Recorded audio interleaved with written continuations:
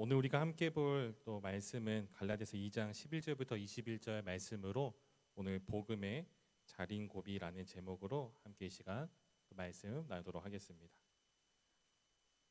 여러분 한 주간 평안하셨습니까? 네. 많이 평안하지 않으셨던 것 같아요. 많이 힘드셨나 본데요. 네, 그렇습니다. 그래도 이 시간에 정말 주님의 놀라운 은혜와 사랑이 이 시간 예배한 우리 모두에게 또 정말 풍성이 많은 그런 시간 되기를 간절히 소망합니다. 지난 시간에는 갈라디아서 2장 1절 말씀부터 또 10절의 말씀을 살펴보면서 상수원 보호구역이라는 제목으로 말씀을 나누었습니다. 여러분 기억나시죠? 그래서 상수원은 이제 맑은 물을 지키기 위해서 존재하는 그런 구역인데요. 복음도 이와 같이 철저하게 또 순수하게 지켜야 한다라는 그런 말씀을 나누었어요. 근데 여러분 좀 생각해 볼 것이, 아무리 우리가 깨끗한 상수원을 가지고 있어도 그 물을 마시지 않는다면은 그것이 과연 아무런 소용이 없겠죠. 그러니까 깨끗한 물은 열심히 잘 지켜나갔는데 그 물을 마시지 않고 다른 물을 마시거나 혹은 오염된 물을 마시거나 아예 물을 마시지 않는다면은 그것 또한 문제라는 겁니다. 굉장히 깨끗한 물을 가지고 있음에도 그것을 마시지 않는다면은 굉장히 어리석고 또 헛수고를 한다라는 것이죠. 문득 옛날 이야기가 좀 떠오르는데요. 여러분 오늘 제목이기도 한 이 자린고비 이야기, 옛날 이야기 많이 아시죠? 어느 구두쇠가 굴비를 먹지 않고 끈에 매달아서 천장에 매달아 놓고 밥 한 술 먹고 그것을 쳐다보면서 그렇게 식사를 하는 그런 모습. 굴비는 가지고 있지만 그것을 먹진 않아요. 그러면서도 배부르다, 맛있다라고 말하는 모습이 여러분 얼마나 좀 한심하고 또 어리석어 보입니까? 지난번 말씀과 이어서 생각해 보면은 아무리 상수원을 잘 보존하고 깨끗한 물을 지니고 있어도 그것을 마시지 않고 다른 오염된 물을 마시거나 혹은 정말로 건강에 좋지 않은 그런 물이나 아예 물을 마시지 않는다면, 그런 모습처럼 우리가 복음을 순전하고 깨끗하게 지킨다 해도 정작 복음대로 살아가지 않는다면 그것이 바로 오늘 설교의 제목처럼 복음의 자린고비이지 않나, 그런 모습이지 않나라고 생각을 해봅니다. 설교의 결론을 미리 말씀을 드렸지만 오늘은 이 내용을 가지고 같이 이 말씀을 함께 좀 살펴보며 또 바울의 가르침을 배우는 시간이기를 소망합니다. 본문을 보면 먼저 이 사도 바울은 11절부터 14절의 내용을 통해서 이제 베드로와 관련된 일화를, 하나의 이야기를 소개하고 있어요. 어떤 일이 있었냐면은 이제 바울이 베드로를 공개적으로 책망하는 거예요. 왜 책망했냐면은 이 베드로가 이방 사람들과 식사하는 그런 자리에서 유대인들이 온다는 소식을 듣고 그 자리에서 쉽게 말하면은 도망을 친 거예요. 밥을 먹다가 유대인들이 온대라는 소식을 듣자 그것을 듣고 황급히 식사 자리가 끝나지 않았음에도 불구하고 중간에 도망쳐 나간 거예요. 문제는 이 베드로만이 아니라 그의 행동을 보고 다른 유대인들도, 그리고 심지어는 바나바까지, 우리가 잘 아는 이 바나바까지도 그 모습에 동참하는, 베드로처럼 행동하는 모습을 보였다라는 거예요. 오늘 본문 12절 중간에 보시면은 이런 내용이 있죠. 게바가 이방인과 함께 먹다가라고 말하죠. 여기 먹다가라는 이게 바로 미완료 시제라는 건데요. 그러니까 베드로가 이방인과 식사한 것은 이번이 처음이 아니라는 거예요. 그러니까 처음 동석해서 식사를 하고 있는데 유대인들이 오니까 도망치는 그 내용이 아니라, 미완료라는 것은 이전까지 지속됐던 행위를 보여주는 겁니다. 그러니까 안디옥에 방문한 베드로는 이제 유대 그리스도인들과 이방 그리스도인들이 이 유대인의 어떤 음식 규례를 그렇게 해서 구애받지 않고 자유롭게 서로 한 식탁에 앉아서 식사 규례를 나누는 것을 보게 된 거예요. 그러니까 이방인들과 식사하는 것을 철저하게 금지했었던 정말 이 유대인들의 이 오랜 금기를 깨트린 것을 보게 된 거예요. 그러니까 이는 그리스도 안에서 누리는 자유죠. 율법에 얽매이는 것이 아니라 사랑의 교제가 이 식탁의 자유를 통해서 그들 가운데 있었다라는 거예요. 그리고 베드로는, 이 안디옥에 방문한 베드로는 그 모습을 보고 그 모습을 받아들이고 안디옥에 머무는 동안에 그들과 종종 식사하면서 교제하는 모습을 보여왔습니다. 근데 12절에 보니까 야고보에게서 온 어떤 이들이 이르기 전에라는 기록이 있죠. 이 말은 야고보가 보냈다라는 것이 아니라 야고보가 사역하는 교회가 예루살렘 교회였죠. 그러니까 예루살렘 교회에서 신앙생활하던 이 유대 그리스도인들이 안디옥으로 온다라는 소식을 듣게 된 거예요. 이 소식을 듣고 베드로가 보인 행동이 무엇이냐면, 이전까지는 이제 이 안디옥에 와서 이방인들과 이제 거리낌 없이 식사하는 모습을 보였는데, 예루살렘에서 유대 그리스도인이 온다는 소식을 듣고 그들과 이 식사를 황급히 종료하고 자리를 피한 것입니다. 베드로가 자리를 피한 것은 이 할레파 성도들, 그러니까 예루살렘에 있던 이 유대 그리스도인들이 그들의 시선과 그런 모습들을 두려워했기 때문이죠. 이미 율법의 규칙들과 상관없이 행하는 데 익숙해져 있었고, 또 이방인들과 식사하는 것에도 익숙해져 있었지만, 그러니까 유대인들의 오랜 금기를 깨는 것에도 이제 익숙해져 있었지만, 예루살렘에서 오는 그 성도들, 그들이 이 모습을 보고 불쾌할 수 있다는 것을 지레 겁을 먹고 한 걸음 물러나는 모습을 보이고 있습니다. 여러분, 이는 하나됨의 상징으로서 놀라운 역할을 이었었던 이 식탁의 교제가 다시 분리의 자리로 변하게 되는 거예요. 이 모습이 안디옥에 있었던 유대 그리스도인들, 그리고 바나바도 따라하게 만들게 된 겁니다. 그래서 바울이 14절에서 이들을 책망합니다. 14절 말씀을 보시겠습니까? 제가 한번 읽어드릴게요. 그러므로 나는 그들이 복음의 진리를 따라 바르게 행하지 아니함을 보고 모든 자 앞에서 게바에게 이르되, 내가 유대인으로서 이방인을 따르고 유대인답게 살지 아니하면서 어찌하여 억지로 이방인 유대인답게 살게 하려느냐 하였노라. 좀 말이 긴데요, 바울이 지적하는 것은 이거예요. 나는 그들이 복음의 진리를 따라 바르게 행하지 아니함을 보고라는 말이에요. 베드로를 비롯하여서 이제 다시금 외식하는 모습을 보이고 있는 그들이 복음의 진리를 따라 행하지 아니함을 보았다라고 말하고 있어요. 여기에 바르게 행하다, 이 바르게라는 단어는 올바로 걷는다라는 뜻입니다. 올바로, 좌우로 치우치는 것이 아니라 그 길을 따라서 올바로 걷는 거예요. 복음의 진리를 따라서 올바로 걷지 않았기 때문에 다시 율법과 장로의 전통을 의식하고 그 안으로 들어가는 모습을 보면서 지금 바울이 분노하고 있는 겁니다. 여러분, 예수님께서 십자가를 치신 이유는 무엇입니까? 유대인들만 구원하시기 위해서 십자가를 치신 건 아니죠. 만약 그렇다면은 오늘 여기 앉아 있는 우리 또한 구원받지 못하게 되는 것이죠. 예수님은 유대인과 이방인의 구분 없이 자기 백성을 위해서 그 십자가를 지시고 피 흘리시고 죽으시고 부활하셨습니다. 하나님은 유대인만 조금 더 특별하게 더 사랑하시는 분이 아니라 유대인이든 이방인이든 그것을 구애받지 않고 동일하게 사랑하십니다. 그렇기 때문에 복음이 오늘 우리에게도 흘러왔고, 오늘도 우리가 그 복음을 지니고 그 복음을 믿고 구원받은 성도가 되지 않았습니까? 그렇죠. 유대 그리스도인들은 인종, 전통, 율법 준수라는 면에서 자신들이 조금 더 우월하다라는 그런 의식이 있었어요. 그런 자부심. 그리고 베드로는 이러한 자부심과 우월감을 가지고 있었던 이 유대 그리스도인들의 시선을 의식해서 그들의 눈밖에 나지 않기 위해 이런 모습을 보이고 있는 거예요. 그러니까 스스로 복음과 일치되지 않는 행동을 보였다라는 겁니다. 그러니까 복음을 부정한 것이 아니에요. 베드로가 복음을 부정하고 율법주의로 돌아간 것이 아니라 복음과 그가 알고 있었던 복음과 그의 행동이 지금 모순되고 있는 모습을 보이고 있는 거예요. 여러분, 베드로가 복음을 몰라서 이런 행동을 벌인 것이 아닙니다. 이미 그는 그 이전에 이 사도행전 10장을 보게 되면은 이 고넬료와의 그런 일화를 통해서 하나님께서 이방인도 구원하시고 사랑하신다라는 것을 이미 배웠고 알고 있었습니다. 또한 예루살렘 회의에서도 우리도 그들도 동일하게 주 예수의 은혜로 구원받는다라고 고백하기도 했어요. 하지만 막상 이 삶의 현장에서 부딪히는 그 문제 속에서 그가 보인 행동은 그가 고백하고 말하고 믿었던 그 복음과는 조금은 다른 모습으로 일치하지 않는 모습을 보이고 있다라는 것이죠. 그래서 바울은 이제 이 베드로를 넘어서 가지고 이 갈라디아 교회 성도들에게 복음의 핵심을 다시 설명하기 시작하는데 15절부터 16절 말씀입니다. 이것도 제가 한번 읽어드릴게요.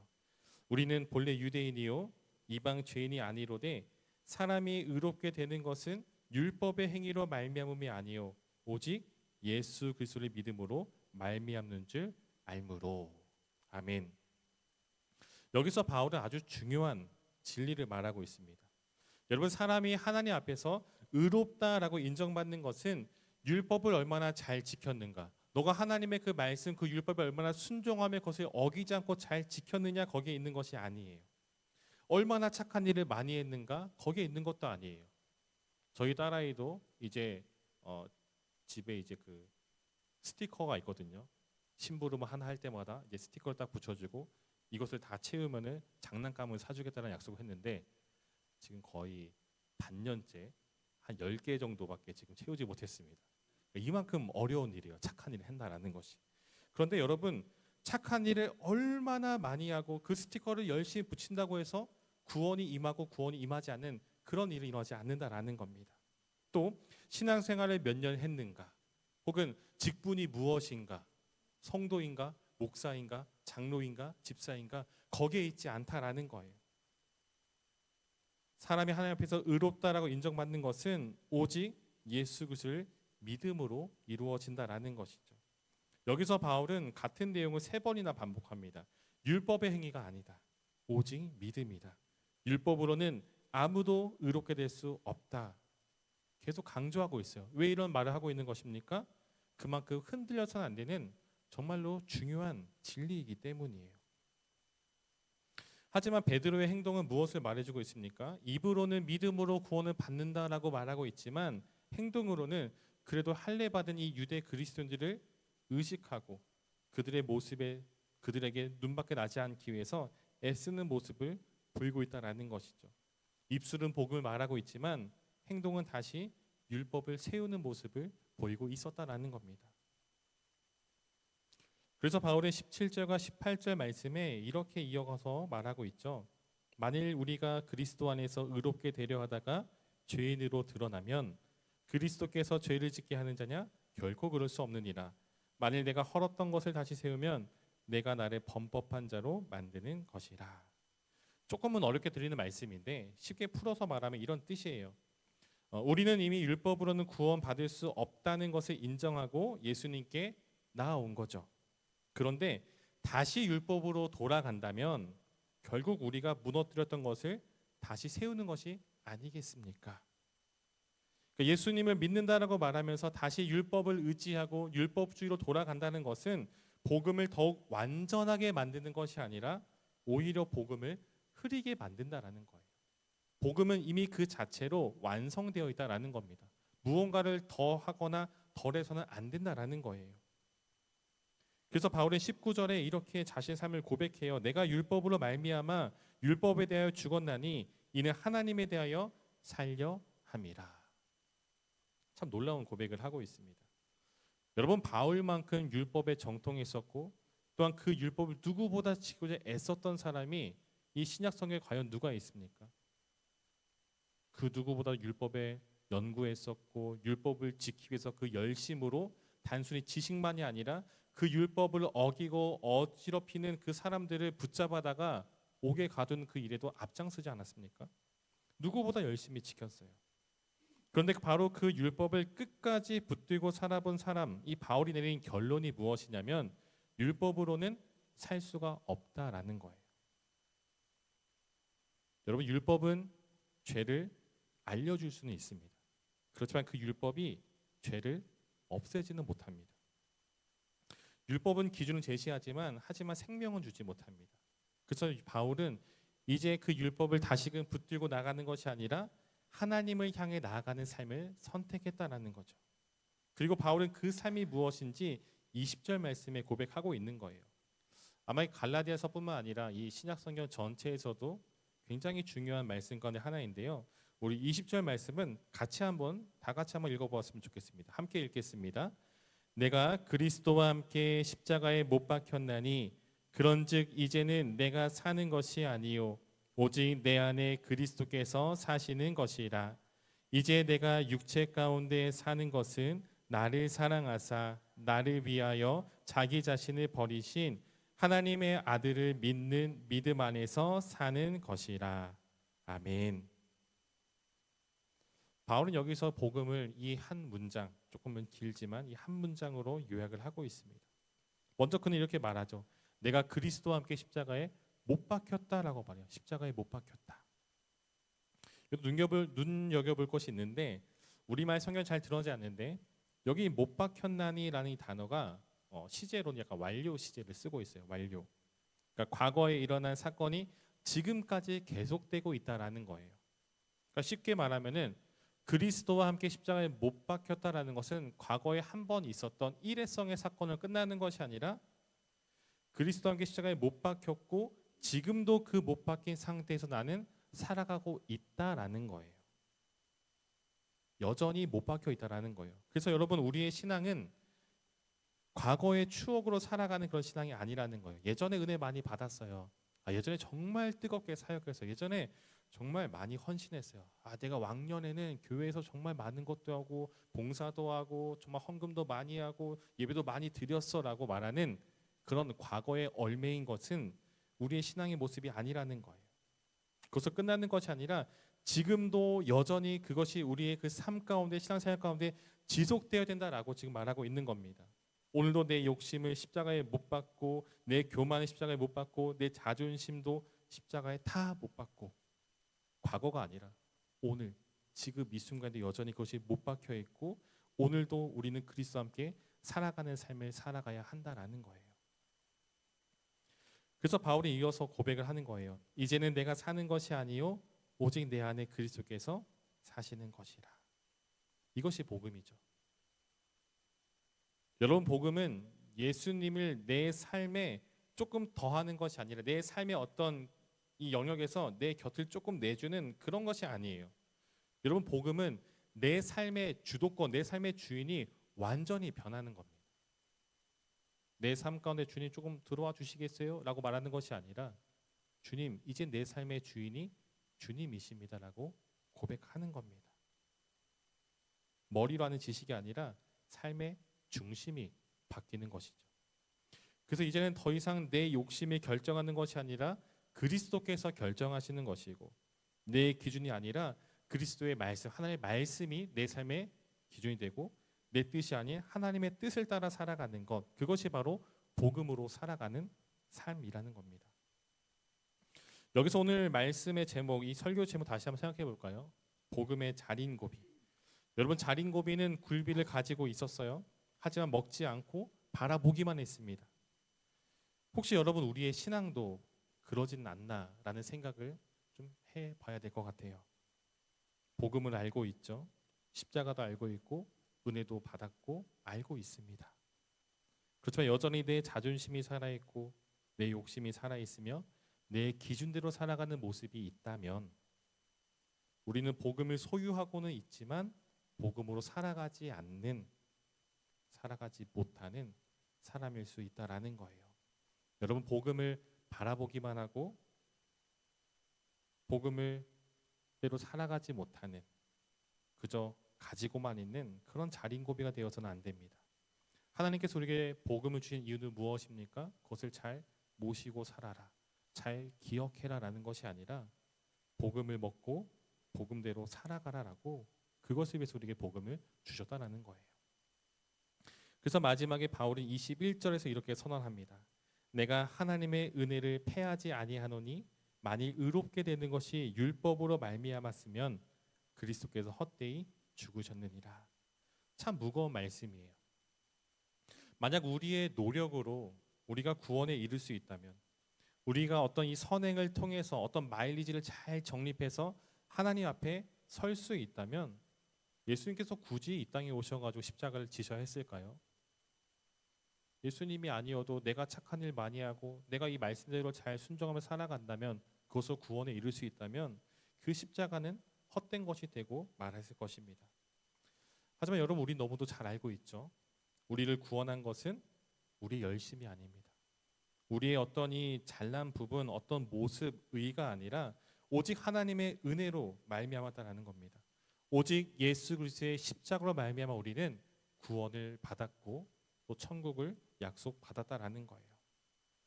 그래서 오늘이 더욱 특별한 주일인 것 같습니다. 여러분 오늘은 맥주 감사 주일인데요. 우리는 지난 반년 동안 하나님께서 우리에게 베풀어 주신 그 은혜를 기억하며 감사드리는 시간을 갖고 있습니다. 여러분 지난 한 해를 돌아보면 어떻습니까? 건강을 지켜주신 것도 참 감사하고 또한 일용할 양식을 주신 것도 참 감사하죠.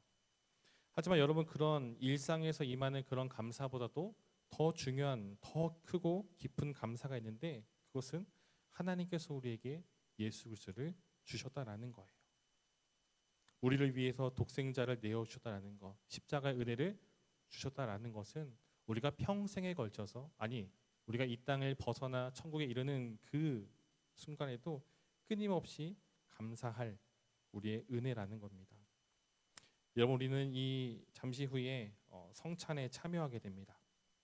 성찬식이 있는데요. 성찬은 단순한 예식이 아닙니다. 우리를 위하여 몸을 찢으시고 피를 흘리신 예수 그리스도의 그 십자가를 다시 눈앞에 확인하는 그런 은혜의 자리입니다. 그리고 성령께서 그 성찬을 통해서 우리로 하여금 그리스도를 다시 바라보게 하시고 연합하게 하시고 그 은혜를 믿음으로 받아 누리게 하십니다. 오늘 성찬에 또 준비하면서 참여하면서 우리 자신을 좀 돌아보았으면 좋겠습니다. 나는 복음을 바라보기만 하는 사람인가? 아니면 복음으로 살아가는 사람인가? 나는 복음을 지키기만 하는 자린고비인지 아니면 날마다 그 복음의 은혜를 먹고 살아가는 성도인지 한번 생각해 보면 좋겠습니다. 사랑하는 성도 여러분, 우리가 지난번 살펴봤던 것처럼 상수원은 반드시 지켜야 합니다.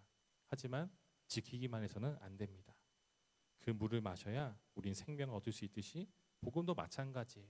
순전하고 깨끗하게 복음을 끝까지 지켜야 합니다. 그리고 더 나아가 날마다 그 복음을 마시고 그 복음을 먹고 그 복음대로 살아가는 모습이 우리 안에 있어야 할 줄로 믿습니다.